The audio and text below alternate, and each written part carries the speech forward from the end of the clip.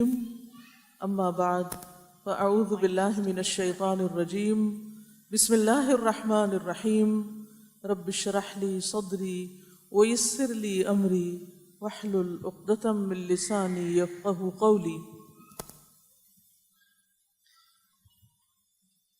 مجھے جو موضوع آج دیا گیا ہے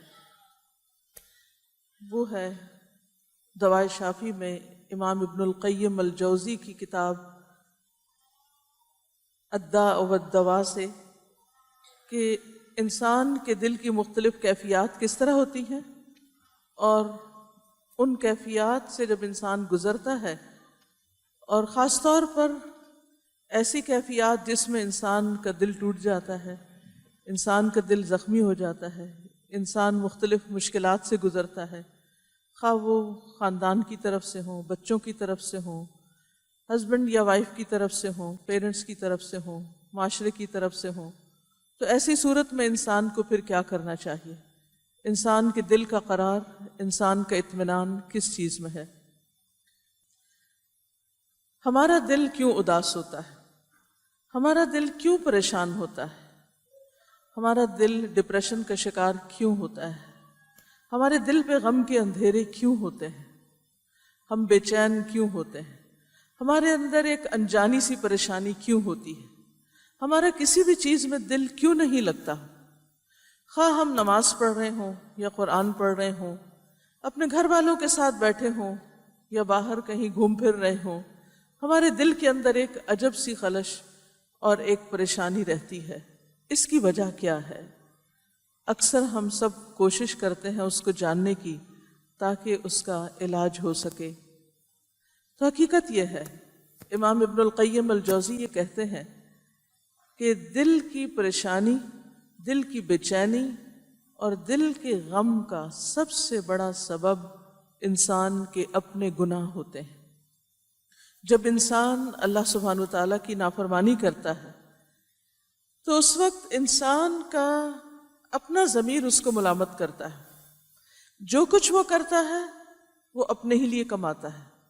ان احسنتم احسنتم لانفسکم وان اسأتم فلہا، کہ اگر تم اچھا کرو گے تو اپنے ہی لیے کرو گے، اور اگر تم نے برا کیا تو اس کا نتیجہ بھی خود ہی بھگتنا پڑے گا۔ اگرچہ اللہ سبحانہ وتعالیٰ نے انسان کے غلط کاموں کی سزا کے لیے، محاسبے کے لیے آخرت کا دن رکھا ہے، لیکن غلط کام انسان جب بھی کرتا ہے تو اس کا نتیجہ اس کو دنیا میں بھی دیکھنا پڑتا ہے، اور وہ دلوں کی بے چینی اور اضطراب کی شکل میں ہوتا ہے۔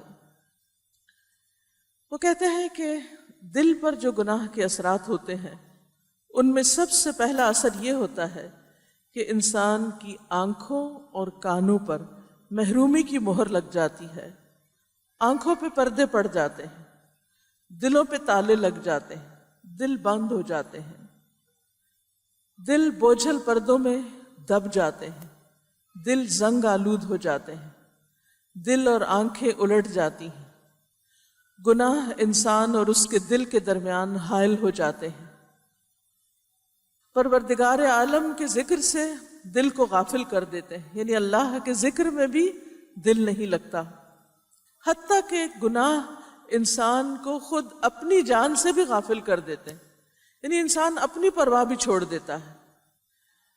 اللہ سبحانہ وتعالیٰ ایسے شخص کے دل کو پاک نہیں کرتا، تطہیر تزکیے کا عمل رک جاتا ہے، سینہ تنگ و تاریک ہو جاتا ہے، دل گھٹنے لگتا ہے اور انسان حق سے بھٹک جاتا ہے۔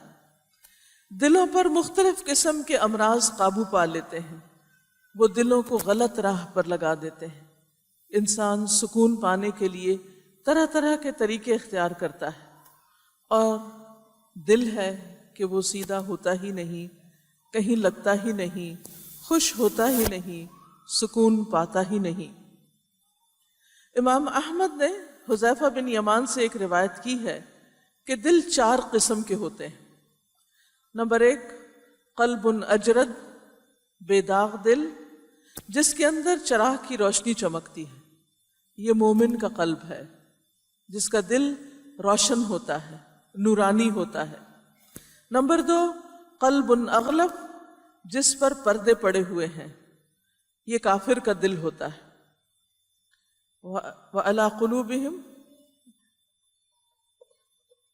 کہ اللہ سبحانہ وتعالیٰ ان کی آنکھوں پر پردہ ڈال دیتا ہے اور ان کے دلوں پر بھی پردہ ہوتا ہے.